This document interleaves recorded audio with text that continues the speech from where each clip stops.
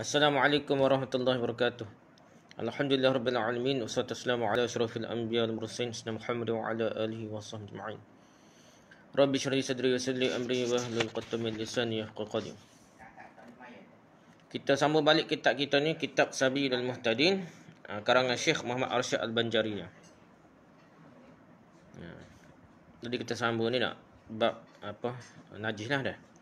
Okey, syahadahnya kata tiada jadi suci ain najis. Zat yang najis, ain najis tu dengan dibasuh. Basuh tak jadi suci. Zat dia najis ni. Dan tiada suci ia dengan berubahnya sifat. Dan berpindah hakikat. Jadi dia berubah.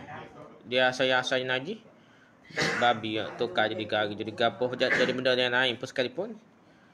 Asal dia babi harat, najis sama gitu dia kata dah. Melainkan dua perkara, tapi ada kecuali, ada dua perkara. Kerana diperoleh nas atas keduanya, lagi sangat-sangat berhajat kepada keduanya. Tapi ada benda yang kira dibolehkanlah, dimaafkanlah. Pertama, khamar apabila jadi cuka ia dengan sendirinya. Yakni dengan tiada berserta suatu ain yang lain, tanpa diproses, kata tanpa sengajalah. Kepadanya, yang lain kepadanya, dan jika dipindahkan ia daripada hangat matahari kepada naungan atau sebaliknya sekalipun, maka iaitu suci ia, serta dengan berjananya kerana darurat, kerana terpaksa lah. Dan jika tiada suci yang nescaya sukarlah menghasilkan cuka yang suci, kerana air buah anggur dan barang sebagainya tiada jadi cuka ia daripada ghalib, melainkan kemudian daripada jadi khamar.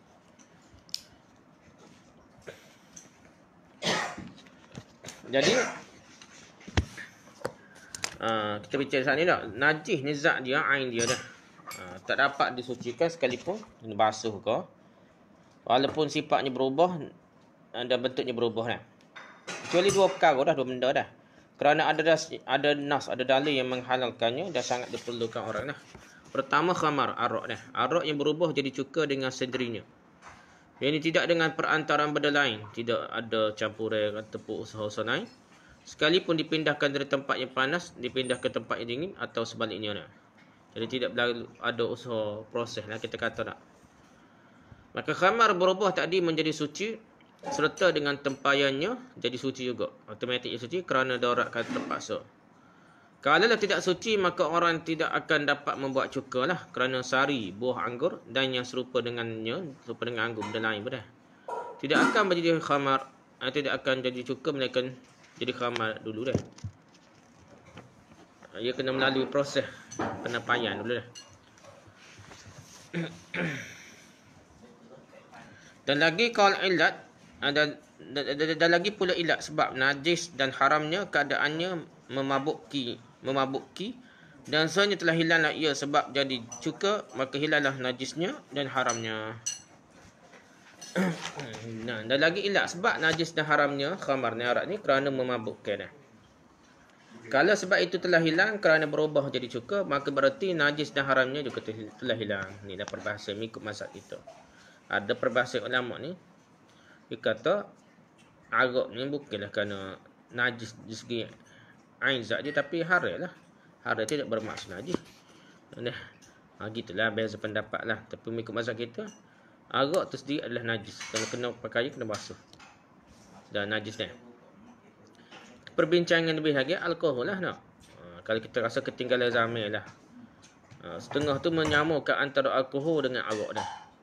Dalam mazhab kita sekalipun, tidaklah semestinya alkohol tu arak. Alkohol tu memanglah dia adalah antara penyebab kepada mabuk dah. Dia adalah racun dah. Dia terracun dah. Tapi tidak bermakna alkohol tu sendiri adalah arak dah. Alkohol ni ada dalam makanan lain pun ada. Tapai kalau kita buat ada, ya ada, cuma banyak sikit je. Cumanya banyak agak dalam arak tu, semakin banyak semakin memabukkan, gitu je dah. Tahulah kalau kita kira tengok pendapat contemporary moden ni, kebanyakan tidak memasukkan arak sebagai najis dah. Tapi dia diharamkan kerana memabukkan. Tak apalah. Nah, ni juga perbincangan istihalah, perubahan bentuk ni. Ada ulama yang mengkiaskan dengan arak ni, ada setengah ulama mazhab kita ni kebanyakannya kata tidak kias lah, memang dibenarkan oleh nas semata-mata Nabi beri saja dah. Tidak boleh dikiaskan dengan benda lain. Tak apalah.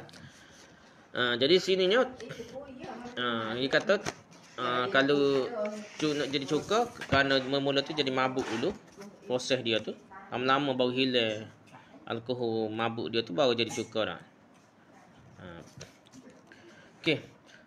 Dan bermula hakikat khamar tu, arak tu, iaitu tuak yang memabukki dia, yang jadi daripada air buah anggur basah yang diperah, tetapi yang dikendaki dengan khamar di sini iaitu tiap-tiap yang memabukki, lagi yang cair, sama ada ia jadi daripada air buah anggur basah yang diperah, atau daripada air buah yang lain dengan sendirinya, atau campur dengan air buah yang lain, atau campur dengan madu atau gula, atau ada ia daripada air yang dibubuh di dalamnya gandum serta buah anggur kurang, atau kurang atau barang sebagainya. Apabila jadi cuka sekalian itu dengan sendirinya, tiada bercampur dengan sesuatu yang lainnya, nescaya jadi sucilah ia. Kerana bahasanya diberi madu atau gandum atau gula, itu jadi khamar, ia seperti air anggur dan maka tiadalah dibilangkan ia satu ain yang lain yang mencampuri dia. Ini yang kita baca dah. Jadi masukkan yang khamar itu ialah tuak yang mabukkan lah, tu maksud dia dah. Yang dibuat dari sari buah anggur yang segar kemudian diperah.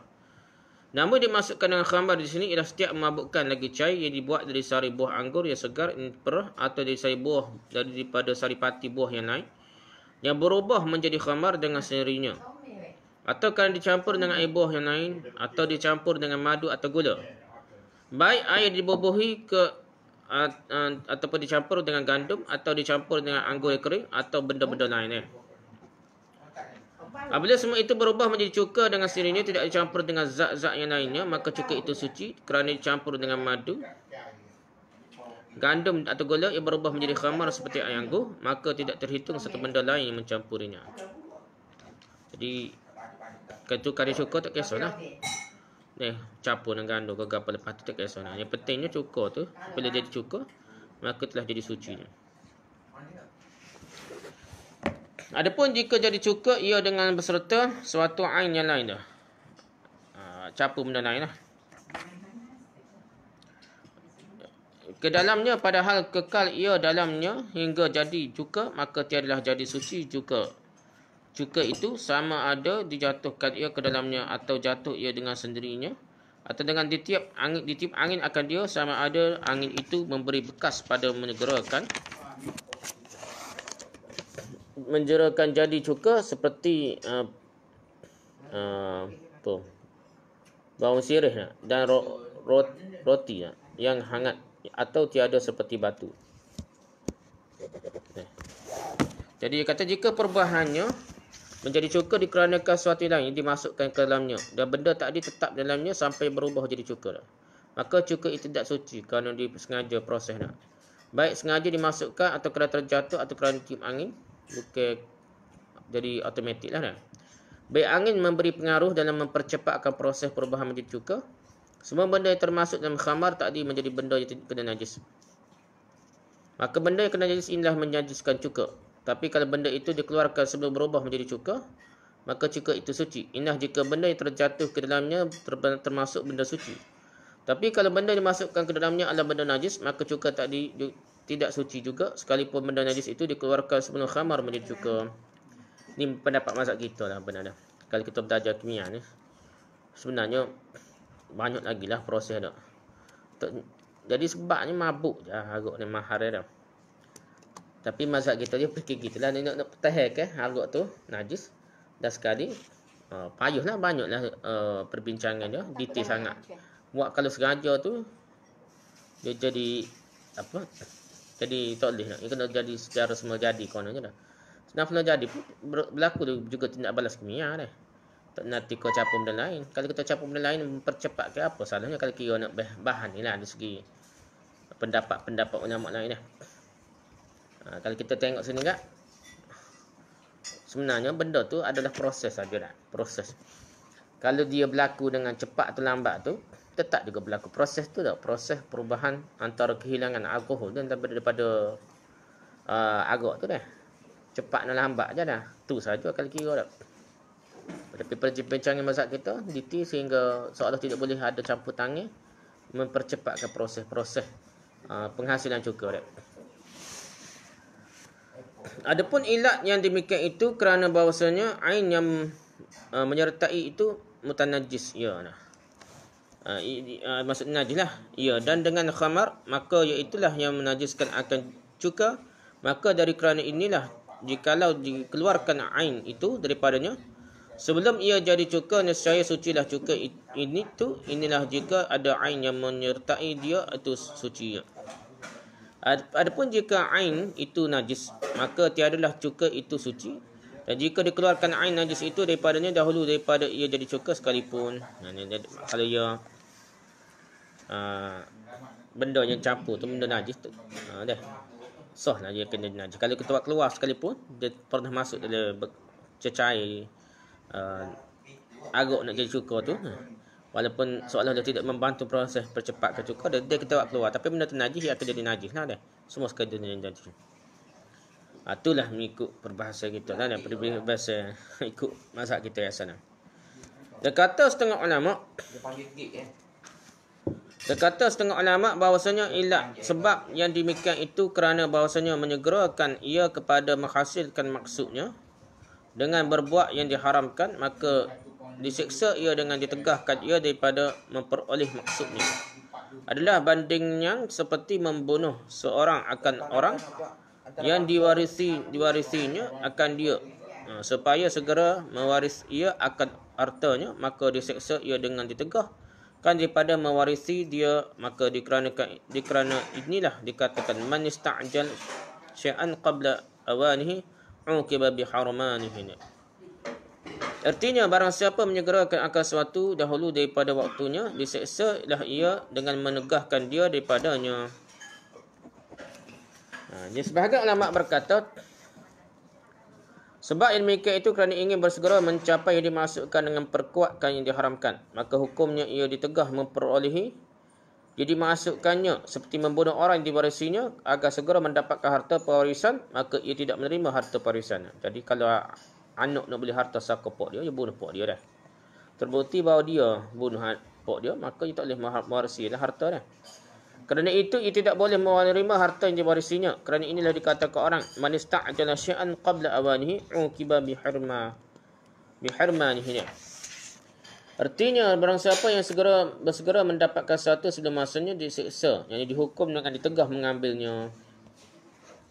Jadi tak boleh lah kalau dan benda inilah dikaitkan sama juga dengan dikiaskanlah sama dengan arak mengikut pendapat ini dah.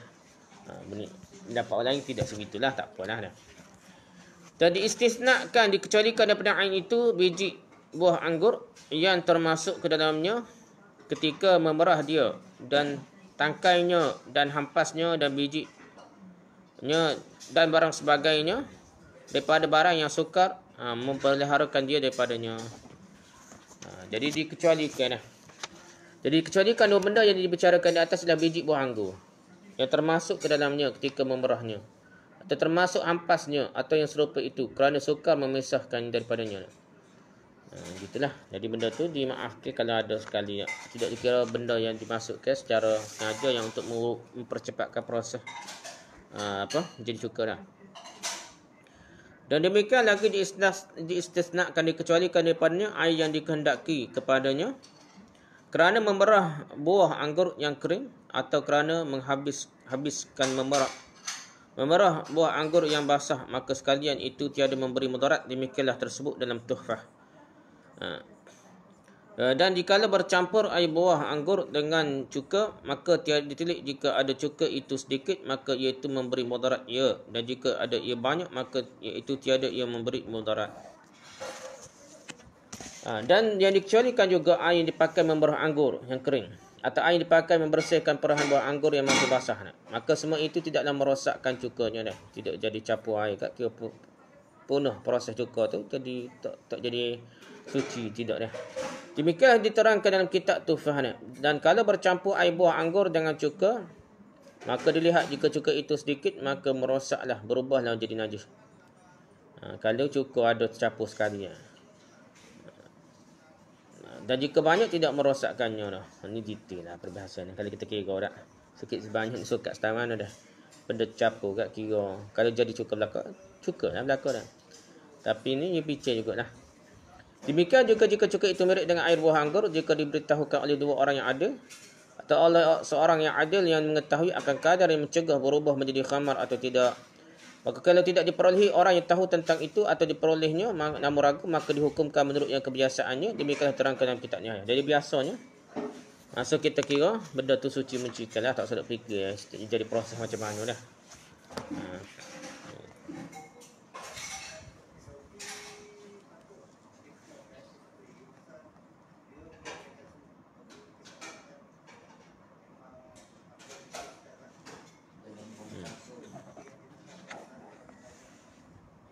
Okey, lepas tu. Dan jikalau dicampur buah anggur yang kering dengan buah bau-bauan yang berbagai-bagai, kemudian maka direndam ia dalam air, kemudian maka disaring dan jadilah baunya seperti bau khamar, maka iaitu ditilik jika ada bau-bauan itu terkurang daripada buah anggur, jadi mutanajislah bau-bauan itu. Kerana bahawasanya air buah anggur itu jadi khamar, ia kerana bau-bauan yang mencampuri dia itu tiada menegakkan ia akan dia daripada jadi khamar sebab sedikitnya, maka apabila jadi cuka khamar itu tiadalah suci ia. Dan jika ada bau-bauan itu terbanyak daripada buah anggur atau bersamaan keduanya, maka tiadalah mentah najis, tidak jadi najis bau-bauan itu, kerana bahawasanya air buah anggur itu tiada ia jadi khamar sebab banyak bau-bauan yang mencampuri dia dan tiadalah kebilangan bagi bau khamar. Pada ketika itu masalah ini diambil daripada kata mereka itu, jikalau dibubuh cuka atas air buah anggur basah dan adalah cuka itu terkurang timbangannya atau takarannya daripada air buah anggur, nescaya jadi mutanajis lah.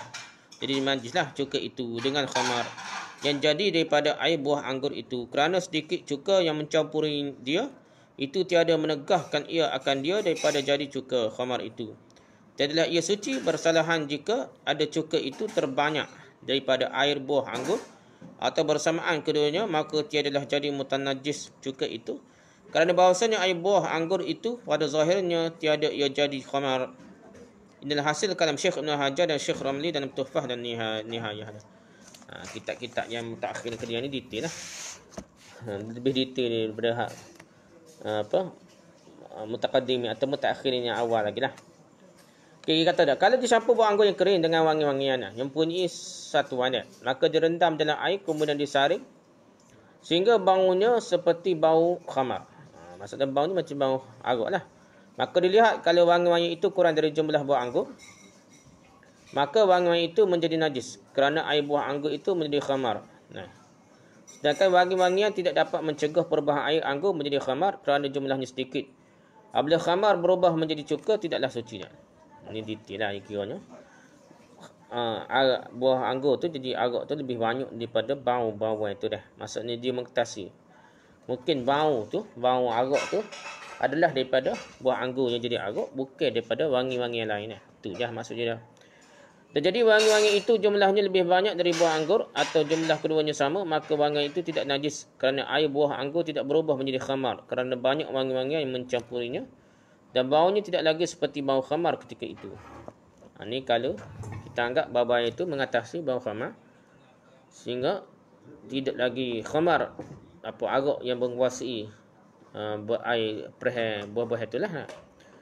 Masalah ini diambil dari perkataan sebagian ulama, jika dibubuh cuka ke atas air buah anggur yang basah dan timbangan cuka kurang atau takarannya kurang dari jumlah air anggur, maka cuka itu menjadi najis kerana bercampur dengan khamar yang berasal dari air anggur tadi, kerana jumlah cuka sedikit yang tidak dapat mencegah perubahan khamar menjadi cuka.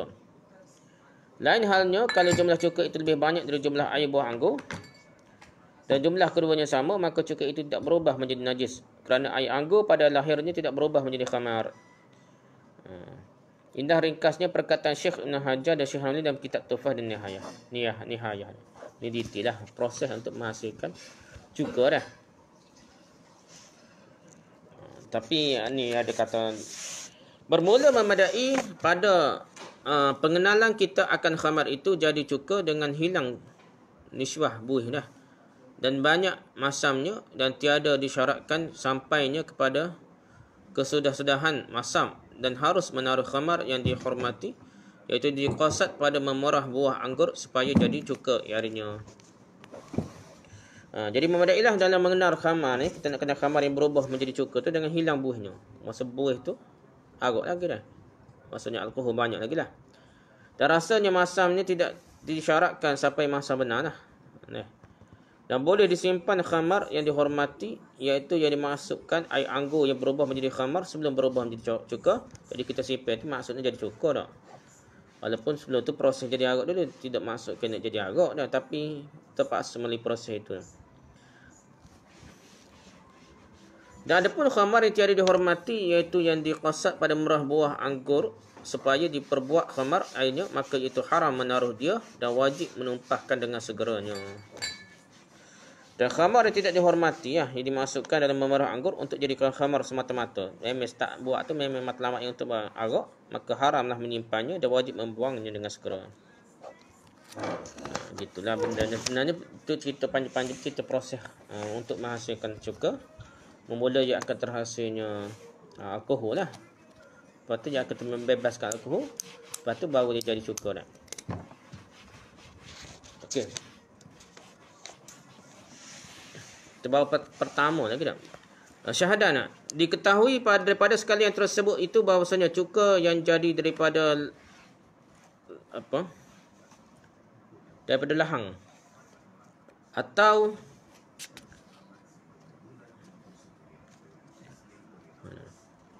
daripada lahang atau barang sebagainya suci atas itlak, yakni sama ada ia jadi cuka dengan sendirinya atau dengan dibubuh suatu ain yang suci ke dalamnya, kerana lahang itu tiada jadi khamar dengan dipermalamkan semalam atau di 2 malam atau lebih bersalahan dengan air buah anggur.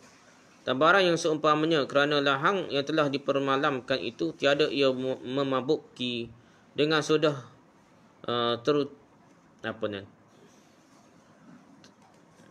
tercuba diminumnya.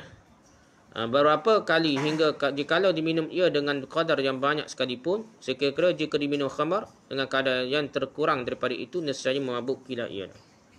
Jadi diketahui daripada apa yang diterangkan di atas bahawa ketika yang dibuat dari lahang atau yang seumpama itu suci juga, baik menjadi cuka dengan sendirinya atau dengan dibubuh sesuatu benda yang suci yang lain ke dalamnya.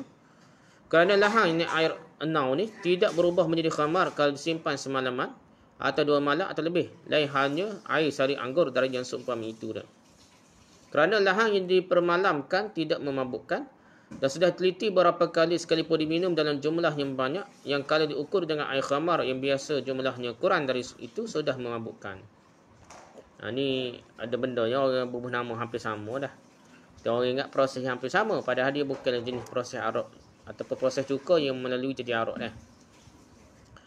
Kadang-kadang istilah ni berbeza dah. Contohnya kita ni di Malaysia ni enggak tuak dah. Kalau orang Kedah tuak tu mesti dah arak, tapi di Kelantan tuak tu lain lagi, bila tentu arak dah. Tuak tu ada tuak nira dah. Kata air tuak tu mungkinnya arak lagi dah. Tapi kalau di Kedah kita sebut air tuak, maksudnya arak dah. Begitu juga dalam bahasa Arab dah. Bahasa Arab pun ada dah. Dipanggil air apa istilah dia dah. Jadi istilah tu menyebabkan orang tertukar. Contohnya air yang rendah buah tamar dah. Ada setengah orang rendah buah tamar tu dia anggap tu macam arak dah. Rendah macam buah arak dah. Padahal dia bukan jadi mabuk pun dah. Ni. Inilah yang setengah orang Syiah itu Abu Hanifah menghalalkan arak kerana istilah yang sama dah. Apa istilah dia dah. Tapi dia tu bukanlah air arak dia, tapi dia tu macam proses macam sama tapi tidak menghasilkan arak, tidak memabukkan pun dah. Walaupun dia diperam juga dah, walaupun diperam juga tapi tidak memabukkan. Gitulah benda-benda gini dah jadi cerita sikit.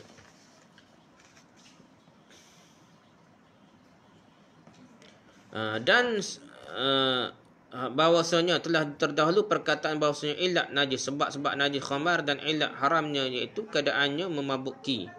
Maka apabila tiadalah diperoleh ilat sebabnya tersebut itu pada lahang teknau yang telah dipermalamkan, tiadalah najis ia dan tiadalah haram. Gitulah. Dalam huraian terdahulu diterangkan.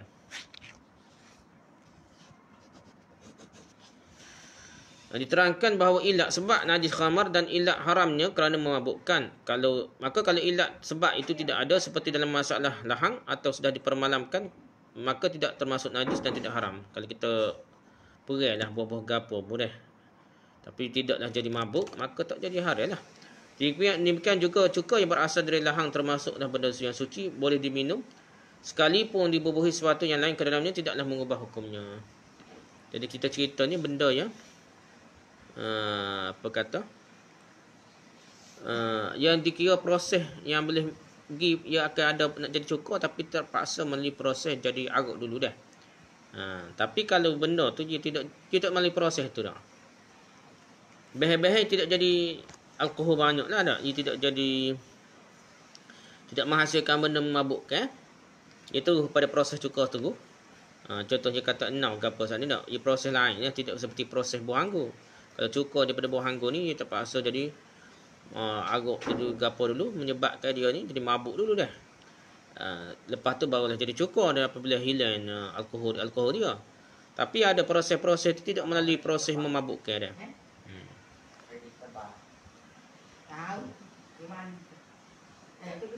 Kalau dia tu bukan proses dia arak tak ada kaitan dengan jadi proses arak, kita bubuh nama rima apa, benda-benda setiap perkara yang boleh percepatkan proses cuka tu tak ada kaitan dengan jadi arak lah dah.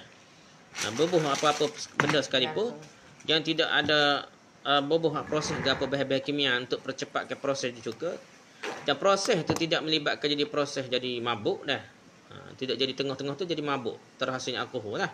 Macam perih anggur tu jadi alkohol dulu dah. Jadi cuka belah mana pun terpaksa jadi alkohol dulu dah. Tu proses dia nak gana dak. Tapi untuk anggur, tapi benda lain kalau kita menghasilkan cuka lain, dia tahu dipanggil sini lahang dan enau dan sebagainya, tu benda yang tidak seperti anggur, maka dia tak jadi macam proses arak, dia jadi cuka juga dah. Jadi kita tahulah cuka ni banyaklah. Cuka daripada beras ada, cuka daripada benda lain, cuka daripada apple ada, cuka apple dah. Dan cuka-cuka daripada anggur pada. Jadi cuka-cuka ni dia pelbagai proses dah. Jadi kalau cuka tu terhasil melalui proses yang macam anggur, iaitu jadi arak, maka kena ikut proses tadi lah, tidak boleh dibuat diusahakan jadi cepat ke gapo dah. Itulah ikut pendapat dalam mazhab kita. Okey, kedua. Jadi yang dimaafkan dah. Tadi dah. Arak ni kalau nak jadi cuka, terpaksa melalui proses jadi arak dulu, dimaafkan. Kita cerita ni dah. Hak kedua pula, ain zat najis tu dimaafkan lagi, iaitu apa? Dan itu dari benda najis yang dapat disucikan ialah semua kulit bangkai selain daripada kulit bangkai anjing dan babi, atau yang berasal dari keturunan kedua binatang itu, iaitu suci lahirnya dan batinnya dengan disamak atau tersamak sendirinya, seperti terjatuh ke tempat samakan atau dijatuhkan oleh angin. Kerana Nabi SAW bersabda, "Idza dubighal ihabu faqad tahura." Apabila kulit bangkai disamak menjadi suci. Hadis riwayat Muslim, Abu Daud, Nasai, Tirmizi dari Ibn Abbas. Jadi sininya dia kulit bangkai dah, selain daripada babi dan anjing ni, dia jadi suci dah. Zahirnya dan batinnya dia suci belaka dengan disamak. Termasuklah kalau dia jadi proses samak tu dengan proses panas sejuk sendiri tu tanpa kita usaha dia. Ataupun dia termasuk dalam tempat sungai ke gapo, tempat kawasan yang proses untuk cuci tu, automatik jadi suci, maka dirinya akan jadi suci dah. Kerana apa? Kerana Nabi SAW kata ni lah, apabila kulit bangkai disamak menjadi suci, tak kira dah. Ikut mazhab kita, anjing babi ni suci samak setara mana pun tidak akan jadi suci dah. Tapi dalam mazhab lain tu, kalau kita tengok lah, saya pernah duduk Jepun ke apa, jumpa orang Arab tu, Memang dia pakai kasut daripada babi pun ada dah. Sarung tangan babi pun ada dah. Dan dia kata dia pakai hadis ni lah. Kita kata apa pakai? Dia kata baca hadis ni. Idza dubighal ihabu faqad tahura dah. Apabila kulit bangkai disamak mandi suci. Dia kata Nabi tak kata kulit anjing tak boleh, kulit babi kata boleh dah. Ya, hujah je situlah. Tapi mazhab kita kata dia ada perkhususan dah. Anjing tak ada dengan dalil itulah dia nak tanya. Nak babi tu memang dalam Quran sebut. Babi ni tak boleh guna belakang lah dah. Jadi itulah hujah mazhab kita mengatakan tak boleh. Hanyalah binatang bangkai lain boleh tak? Boya pun boleh tak? Ada orang tanya kulit boya buat tali pinggir ke apa? Buat ambil duit, buat semaya boleh ke? Sah semaya nak? Jadi sah lah. Kerana kulit yang tidak boleh dijadikan pakaian buat semaya ke apa ni hanyalah kulit babi dan anjing mengikut mazhab kita dah. Builah boya ke, ular ke dah, buat tali pinggir ke, buat ambil duit ke, lepas tu dia samak suci tak ada lemak ke apa, kita guna bubuh buat pakai dah semaya tetap sah sebagai kita dah. Nah. Dan lagi sabda Nabi sallallahu alaihi wasallam tuhuru kullu adimin dibaruhu. Artinya mensucikan tiap-tiap kulit bangkai itu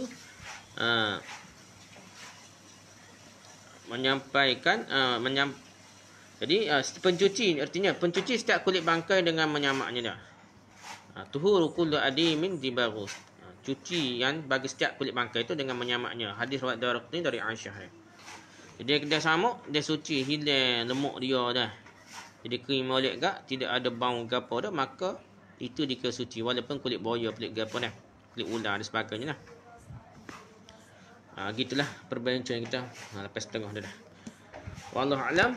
Subhanakallah bihamdika, subhanakallah bihamdika, subhanakallah bihamdika, asyhadu an la ilaha illa anta, astaghfiruka wa atubu ilaik. Assalamualaikum warahmatullahi wabarakatuh.